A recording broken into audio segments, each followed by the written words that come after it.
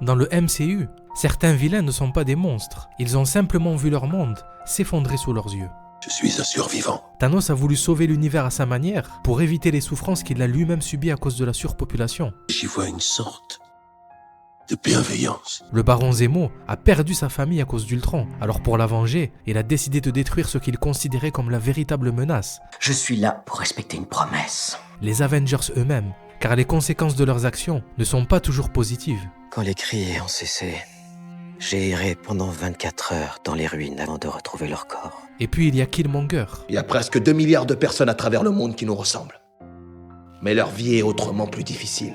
Qui a décidé de prendre le trône du Wakanda pour libérer son peuple de l'injustice et de l'oppression. Tout le monde finit par mourir. C'est comme ça dans le quartier.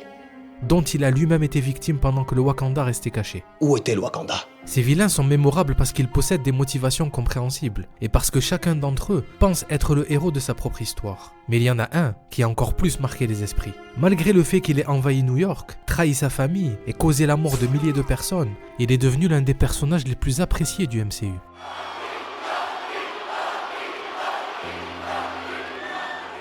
Et ce qui rend ce phénomène encore plus surprenant, c'est qu'il ne possède aucune véritable motivation capable de justifier ses actes. Pourquoi alors? Eh bien la réponse est simple. C'est parce qu'il fait partie des personnages les mieux développés du MCU, et ce depuis le début. À travers l'écriture paradoxale de ce personnage, Marvel a créé un antagoniste aussi attachant qu'ambigu. Et c'est justement dans cette zone d'ombre, entre la vulnérabilité et la malice, que l'écriture de Loki devient brillante. Depuis son introduction et jusqu'à sa mort, ses véritables intentions ont toujours été subtilement cachées, et le doute a toujours plané à son sujet. Du moins jusqu'à ce que Marvel décide d'exploiter cette complexité, pour enfin nous révéler son vrai visage, et par la même occasion, redéfinir entièrement le personnage, pour lui donner une dimension bien plus grande que celle qui lui était destinée. Une destinée qui nous avait déjà été révélée dans le tout premier film Thor. Essayez de réparer ce qui est cassé. C'est difficile. Gardez espoir. C'est difficile. Après que le MCU ait terminé la saga des Pierres de l'Infini en beauté, ils ont décidé de s'attaquer au monde de la télé. Et si ça a plus ou moins marché avec leur première série, contrairement à celles qui ont suivi, c'est parce qu'ils avaient une vision claire et surtout une base narrative pertinente qui avait débuté dans les 2 derniers films Avengers. Pour WandaVision, c'est le deuil. La série a exploré ce concept d'une façon originale et surtout intéressante du point de vue d'un être aussi puissant. L'autre, c'est l'héritage. Comment Sam allait s'approprier le symbole que représente Captain America, dans une Amérique plus divisée que jamais. Et la dernière, c'est une quête d'identité. Car au-delà du fait qu'en s'emparant du Tesseract, Loki a créé une nouvelle ligne temporelle qui a permis d'introduire Kang et le multiverse, ils ont voulu avant tout détruire l'illusion de grandeur dans laquelle il s'est toujours réfugié, pour voir ce qui se cache en dessous. Car les créateurs du show se sont posé une question simple, mais aussi sacrément intéressante. Peut-on devenir meilleur si on voit ses propres erreurs à l'avance ?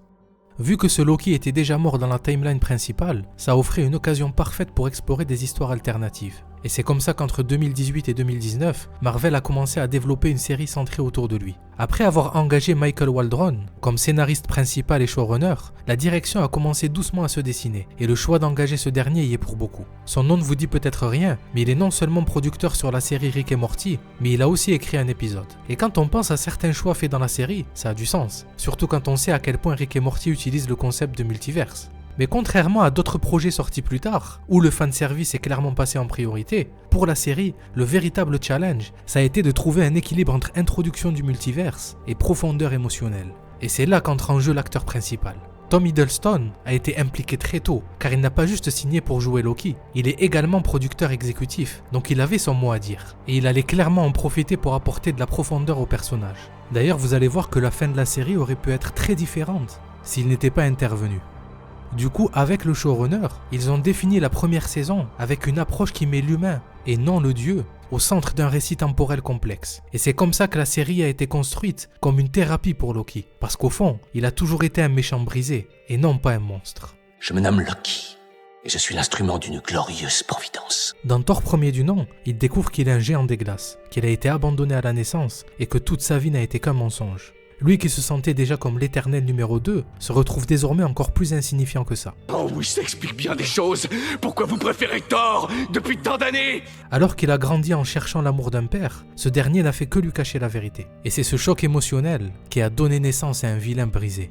Je ne vaux donc pas davantage qu'une de ces reliques volées. Mais trop fier pour le montrer. Dans Avengers, il voulait conquérir la Terre, régner sur l'humanité et prouver qu'il mérite un trône. Mais ça, ce n'était qu'un rôle qu'il jouait, car il voulait en réalité être vu et reconnu, surtout par Odin. Car il n'a jamais cherché le pouvoir pour le plaisir, mais simplement pour justifier son existence, donner un sens à sa souffrance et prouver qu'il a de la valeur. Et c'est exactement ce que Thanos a exploité. Il lui offre une armée, un sceptre et surtout une pierre de l'infini, qui amplifie tout ce qu'il a déjà en lui, la colère, la jalousie et son profond complexe d'infériorité. Loki ne comprend pas immédiatement qu'il est un pion, car il est trop aveuglé par son besoin de reconnaissance. Voilà pourquoi il libère sa frustration sur la Terre et ses habitants, car il les considère comme faibles et inférieurs. Enfin, c'est ce qu'il croyait. Et si on réfléchit bien, c'est grâce à lui et au chaos qu'il a engendré que les Avengers ont vu le jour. Vous n'êtes pas né pour être roi, Loki. Vous êtes né pour causer la peur, la souffrance et la mort. C'est vrai aujourd'hui, ça l'était autrefois, et ça le sera demain. Afin que tous les autres puissent devenir la meilleure version d'eux-mêmes. Ça doit faire mal. Techniquement, pour le Loki de la série, c'est tout le passé qu'il possède. Contrairement à celui que nous avons suivi jusqu'à Avengers Infinity War, cette version n'a pas encore connu de rédemption. Et c'est justement ce qui rend son développement aussi intéressant. Car le futur du premier Loki va tout de même avoir un impact. Dans Thor 2, sans le vouloir, alors qu'il voulait piéger Thor, Tu devrais prendre l'escalier sur ta gauche, mon ami. il provoque indirectement la mort de sa mère. Où que tu passes, tu sèmes la guerre, la destruction et la mort. Et c'est comme ça que son masque tombe, et que pour la première fois, on le voit tel qu'il est vraiment. Un être profondément triste, brisé et malheureux. A-t-elle souffert? Même s'il a trop de fierté pour l'exprimer, son apparence et son environnement nous le fait comprendre. Et c'est précisément à partir de cette tragédie que Loki commence à changer. Dans Ragnarok, son père lui donne enfin ce qu'il a toujours voulu. Je vous aime, mes fils. Mais après sa mort, il se sent responsable. Loki, tu peux rompre le sort? Il reste quand même le Loki menteur, opportuniste et égoïste, mais son comportement alterne entre son désir de se racheter et son penchant pour la tromperie. À ce stade de l'histoire, il n'est ni vraiment un méchant et encore moins un héros. Tu resteras à jamais le dieu de la malice, mais tu pourrais être tellement plus.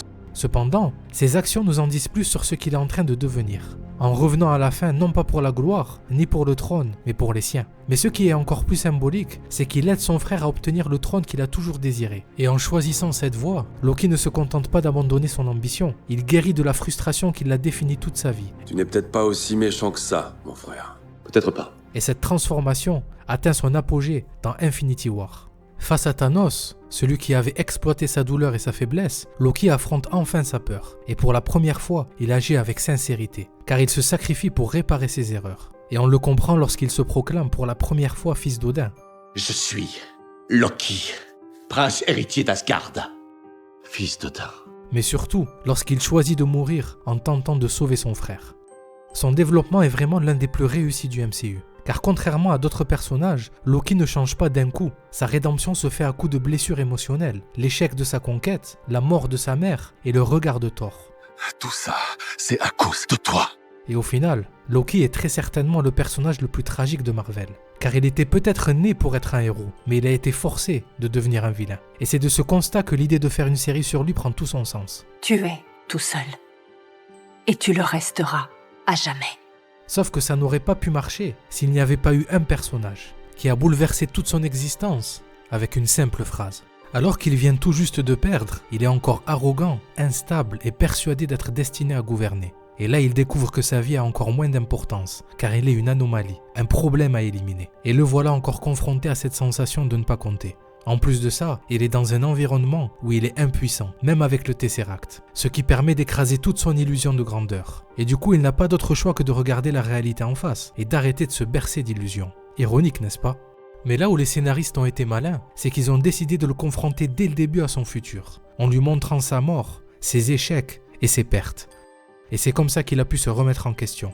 Cette scène qui a été validée par l'acteur lui-même permet de confronter Loki à ce qu'il aurait pu devenir. Et elle est tellement puissante qu'elle a tout de suite mis à nu le personnage. Un destin exceptionnel. Et nous a dévoilé sa véritable nature. Je n'éprouve aucune joie à semer la peur. Et aucune joie à tuer. Je ne le fais que parce que j'en ai l'obligation, parce que c'est ma nature.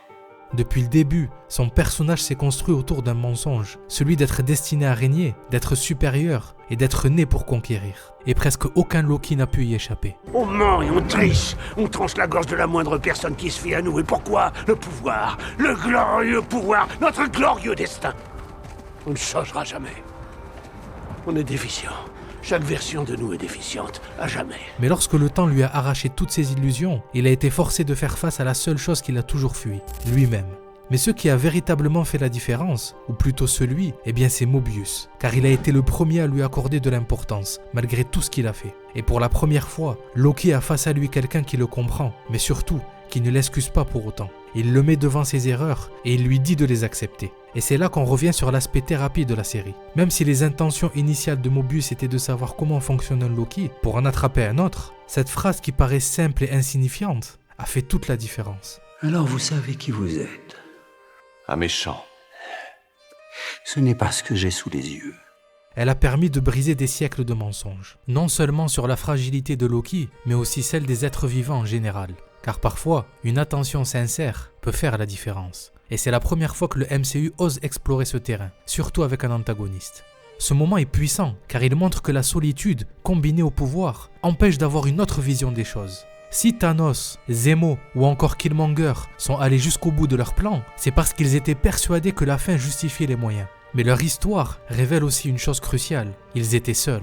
S'ils avaient eu quelqu'un comme Mobius dans leur vie, quelqu'un capable de les voir tels qu'ils sont réellement, leur destin aurait peut-être été différent. Et d'ailleurs, ce qui est marrant, c'est que ce raisonnement a été confirmé récemment dans le film Thunderbolt. Le fait que Bob ait trouvé des amis et presque une famille qui comprend son mal-être et qui l'a aidé à le surmonter, Tu n'es pas seul. Je suis là. l'a empêché de devenir un énième vilain rongé par la douleur. Du moins, pour l'instant. Il n'est jamais trop tard pour changer. Loki a petit à petit arrêté de manipuler et de mentir, car il s'est engagé dans un processus de reconstruction. Voilà pourquoi il était le mieux placé pour devenir le gardien du temps et du multiverse, car il sait ce que ça fait de vouloir réparer ce qui est cassé. Annihiler, c'est facile. Réduire les choses en cendres, c'est facile. Essayer de réparer ce qui est cassé, c'est difficile. Garder espoir, c'est difficile. Au fil de la série, il est passé de « je veux régner » à « je veux comprendre » et à la fin, « je veux protéger ». Et cette conclusion est l'aboutissement total de ce parcours. Pour maintenir l'équilibre du multiverse et sauver les seuls amis qu'il n'a jamais eus et qui sont parvenus à le changer, il a dû faire un choix que seul un héros serait capable de faire. Accepter la solitude éternelle pour que les autres puissent vivre. Et ça, c'est beau. À la fin, il ne cherche plus à régner, mais à être nécessaire. Tel est son glorieux destin, ou je dirais plutôt, son glorieux fardeau. La plupart des destins sont plus pesants que glorieux. Cette triste fin est ironiquement brillante, car sa toute dernière phrase est lourde de sens. Je sais quel genre de dieu je dois devenir. Pour vous. Pour nous tous. Vous ne l'avez peut-être pas remarqué, mais c'est exactement la même dernière phrase qu'il prononce dans le premier film Thor. J'aurais pu réussir, père. J'aurais pu réussir. Pour vous. Pour vous. Pour nous tous. Pour nous tous. Et là où c'est brillant, c'est que dans le film, elle avait pour but de faire comprendre à Odin, mais surtout aux spectateurs, qu'il n'était pas si différent de Thor, mais juste brisé et mal compris. Et tout ce qu'il voulait, c'était un peu de reconnaissance. Et c'est la frustration de ne jamais en avoir eu qui l'a poussé à aller aussi loin. Et vu que ce Loki a vécu ce moment et qu'il a évolué, le fait que ce soit également sa dernière phrase dans la série a pour but de nous faire comprendre qu'il sait désormais qu'un héros n'a pas besoin de reconnaissance pour sauver le monde. Rien ne nous réconforte. On ne fait que choisir son fardeau. Voilà ce que ça signifie être un véritable héros. Et il l'a désormais compris. Merci, Mobius. Maintenant que la boucle est bouclée et que sa quête d'identité est terminée, on se rend compte que la plus grande tragédie de Loki, c'est qu'il a fallu qu'il perde tout le monde pour enfin trouver sa place. Tel est le fardeau des héros. Mais vous savez, ce parallèle avec le premier film Thor n'était absolument pas prévu par les scénaristes. C'est l'acteur principal qui a improvisé cette scène, car il s'est rendu compte au dernier moment de tout le chemin que Loki et lui-même en tant qu'interprète ont parcouru. Et c'était pour lui la conclusion la plus symbolique pour son personnage. I was like, oh yeah. I know what I should say. I know what kind of God I need to be. For you. For all of us. And it's the line that Loki says to Odin at the end of Thor, and it's a desperate plea for approval and validation. It's a cry for help from a son who feels he doesn't belong. And it doesn't work, and it's heartbreaking. Right? And this time, this Loki has lived through that moment and understands something much deeper. And it just felt like a kind of, I actually understand. Now I understand. Now I understand what I have to do. It's not about me, it's about you. On peut dire qu'il était clairement le mieux placé pour en arriver à cette conclusion, car au fil des années, il ne s'est pas contenté d'incarner Loki, il l'a rendu inoubliable. I am Loki. of Asgard. And I am burdened with glorious purpose.